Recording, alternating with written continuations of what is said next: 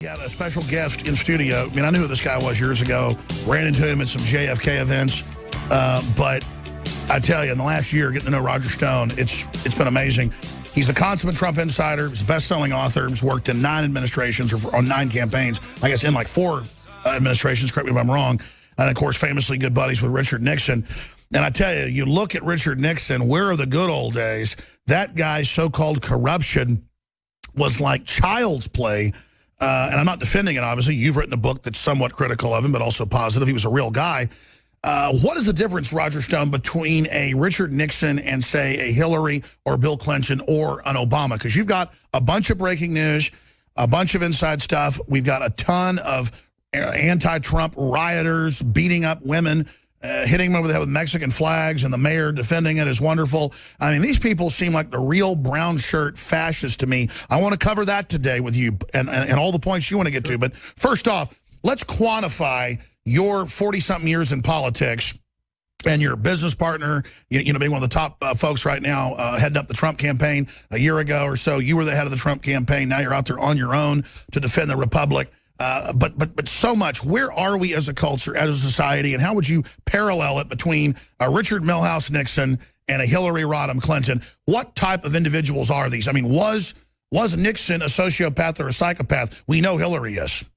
Well, put it this way. Hillary and Bill Clinton make Richard Nixon look like St. Thomas Aquinas. I mean, the unconstitutional abuses of power by both the Clintons and the Obamas pale in comparison to anything Richard Nixon did. Let's take a simple example. One of the counts of impeachment against Richard Nixon was that he misused the IRS. Really? Kathleen Willey, Juanita Broaddrick, Paula Jones, they all got IRS audits. All the women sexually assaulted by Bill Clinton got IRS audits. But there was never an article of impeachment on the Clintons. The extra constitutional ravings and orders of Barack Obama pale in comparison in anything Richard Nixon did. It shows that there's a double standard between conservative Republicans and liberal Democrats. Republicans are held to a higher standard. And it seems to be getting worse. I know you flew in last night, but you've seen some of the news today. We covered it last hour. You have left-wing editors of newspapers. You have the mayor out there in the town where this just happened, where Breitbart and of course, our own reporters are there having events, and they're coming in and beating up women now on TV, waving Mexican flags in San Jose, and the media is saying this is a good thing. This is unprecedented. Yeah, I actually think, and Pat Buchanan wrote this last week very eloquently, all these demonstrations, all this violence is only going to redound to the benefit of Donald Trump. The lines are drawn in America between the producers and the takers. And the more they foment violence, and let's be very clear, this violence is agitprop. It's paid for. It's orchestrated. It's a faux demonstration. These are hardline professional agitators financed by George Soros, MoveOn.org, Black Lives Matter, David Brock and the freaks at Media Matters for America, then go out and interpret it, blaming all of the violence on Trump. Hardworking, blue-collar Americans see this violence and they repair to the Trump banner. In my view, the entire thing will backfire. I agree, and it's on record in Europe, the tactics, bully and attack, and then shut down conservatives or patriot speech, nationalist speech. It's the same mode here. It's the same leftist blueprint with big corporations that want monopolies funding it, but it is backfiring all over the world. So then I ask, what is George Soros and Hillary Clinton, what are they thinking? I think it's a miscalculation. Here's what they're trying to do. There is a morbid fear on the left that many of the Bernie Sanders voters are going to wise up to the fact that the internationalist, globalist trade deals like NAFTA have destroyed the job market in the United States, and that the neocon policies of both the Clintons and the Bushes have driven us all off to endless and pointless war. They're deathly afraid that 1/3, not the hard left, but 1/3 of the Sanders voters will become available to Trump. And therefore, these riots, these attacks, he's a racist, he's a bigot, he's a maniac, he's mentally unbalanced, that is meant to disqualify Trump among those voters. They are desperate to disqualify them because they're outsiders. These folks are natural Trump voters. We have common economic interests with them, and that is what they fear. He's in a dead heat or a few points ahead in most polls. You're the expert on that. Correct me if I'm wrong. Where is the state of the battle? What's the path to victory? A, but B, clearly, I don't need to be a political scientist to know that most people out there, feel intimidated because they don't want to be called racist.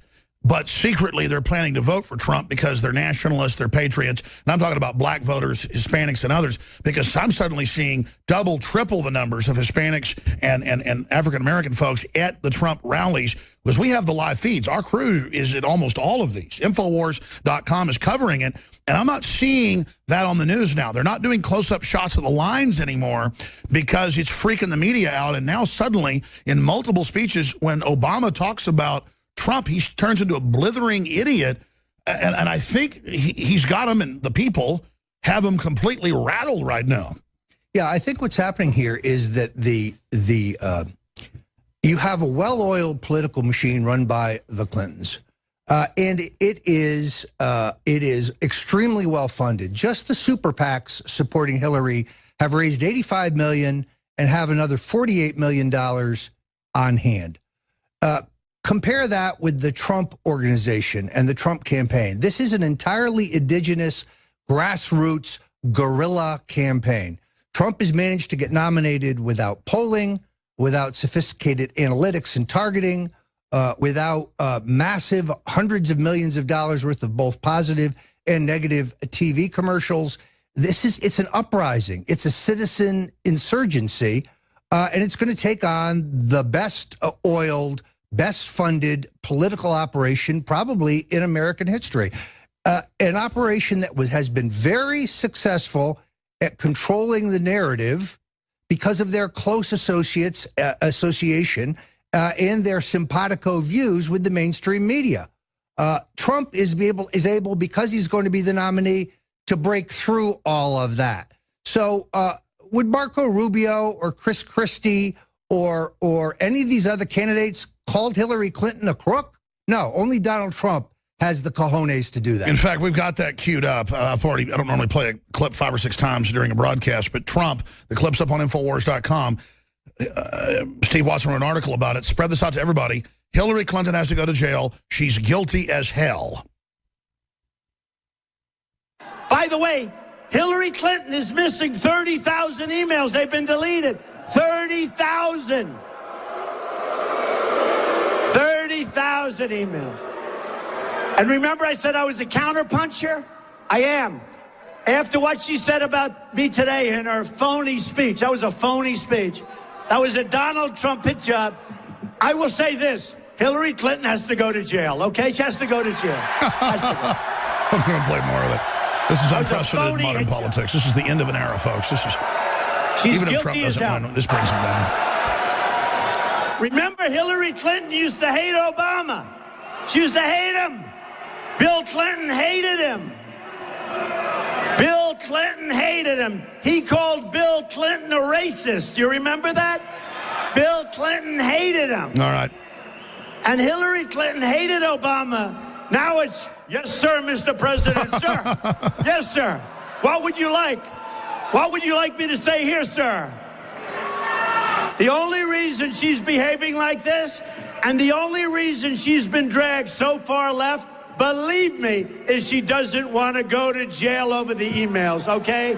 Believe me. That's the only reason. 30,000 of them. One simple reason. That's good. I mean, this is coffin nails. This is unprecedented. And look, my gut told me Trump was good over a year ago. That's why I've been supporting him. But now I'm so proud I'm supporting him because I can tell he is for real. He has gotten so serious. It's not even a joke now, and the numbers are going up. You've known this guy for 40-plus years. You don't talk about your private, relationship with him, but you've been his wingman, you name it, when he's not married. You're buddies, not just been in business together. They're saying on Bill Maher that he's dumbing it down for the public. Well, no, I think he's just simplifying it to cut through the garbage. But who is the real Donald Trump? Is this the real Donald Trump?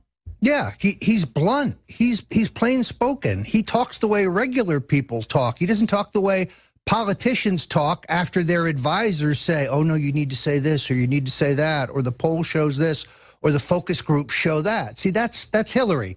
It comes across exactly what it is. Phony, totally phony. You can see the way she calibrates her speech. There's nothing sincere. There's nothing real. It's whatever her advisors have told her to say that day. Dangerous Donald. How many times did they poll that? Did they compare it to duplicitous Donald and see which one is better? I mean, look, and by the way, what's this thing now where if she's in Kentucky, she talks like that. If she's in Texas, or if she talks to Hispanics, she talks to this fake Hispanic accent. And then now I've seen these videos. In fact, I meant to grab them last night and tell the crew. I saw her in a speech going like a robot with her arms out, and she goes, and like opens her eyes up real big to look like menacing and goes, I mean, she looks like a freaking lunatic, man. What is going on with her? I don't think her health is good. I don't think she has the stamina for the campaign. They put her on speed or something, didn't they? And these carefully calibrated, uber-planned, over-planned, modern campaign doesn't know how to deal with the free-floating spirit of Donald Trump. Trump is unhandled. Is that why Obama seems like he's really jolted? They're flummoxed because the only thing predictable about Donald Trump is that he is completely unpredictable. And they don't know where he's going to come. So he's right. 30,000 emails that would show you the nexus between the Clinton Foundation and the Clinton State Department and demonstrate that everything was for sale. You need approval for an arms deal. You need to corner the market on U.S. uranium. You need a foreign policy change to get rid of Gaddafi so you can move in on the oil. Just grease Bill and Hillary. That's all you got to do. Absolutely. Roger Stone's our guest. Or he's readjusting his earpiece there for TV, which reminds me to tell everybody, we're not just radio, we're also television. Infowars.com/show, and more cable and TV stations around the country are picking us up. Buckley's been out to some big events with some big networks, and we're going to be on a lot of other affiliates here in the near future, some big announcements as well, because liberty is so popular. And Donald Trump knows he's riding that populist wave. This is happening in other places in the world. That's what's so exciting. And the establishment's going to have real trouble putting this back in the bottle, as I've said so many times. So, Roger, what else do we have to look for? Will they try to steal the nomination at the RNC in Cleveland, or is that pretty much dead now? I don't think there will be an effort there. I think you've got some bitter enders who are still loyal to Ted Cruz, but the Trump folks now, and Paul Manafort, who is the consummate convention operative, they have firm control of the Rules Committee, of the Platform Committee, of the Credentials Committee now. So I think mischief at the convention is unlikely. I'm looking forward to a very, very conservative platform. I don't see us having big platform fights. I'll tell you what the problem is in Cleveland right now, and you know this. We, originally starting as a Stop the Steal rally, applied for a permit for a giant outdoor rally. And it has now been almost 2 months since we have applied for our permit. Now, suddenly, the city of Cleveland is coming back and telling us they have guidelines. The guidelines are meant to censor us. The bottom line is they don't want this peaceful rally to happen. What's ironic, of course, is that in our dealings with the Cleveland police, they all say, look, I'm being told I have to tell you this, but we love Trump. I'm sorry, you can't have your rally. I mean, it is ironic. But meanwhile, the Hillary people can run around and attack women and burn things down. They don't apply for permits. They don't check in with the police. They just show up and start swinging. So, well, I'm here to tell Cleveland, though, I'm going there regardless. I got a First Amendment, especially when they try to steal this nomination. They're going to have all those communists running around. And so what do we do? I guess we got to file a lawsuit? Because I mean, look, they're let me guess the guidelines, Roger. They're going to make us be like 5 miles away in a ditch where nobody can see us, or what? It's unclear. The gentleman who is organizing this, Tim Salati Sr., a real patriot, locked in conversations with the city of Cleveland, trying to get to the bottom line. This rally is happening. Oh, yeah, folks, come there, be there. You know there's going to be shenanigans. We just need to be there regardless. Absolutely. And it's because we try to get the permits. We try to do it all. But when they try to say no, we don't need that for a rally unless it's blocking roads. We're just going to pick some park and be there. Yeah, look, the point here, of course, is numbers. We need to show the numbers. We need to show the force of Trump in numbers. And by the way,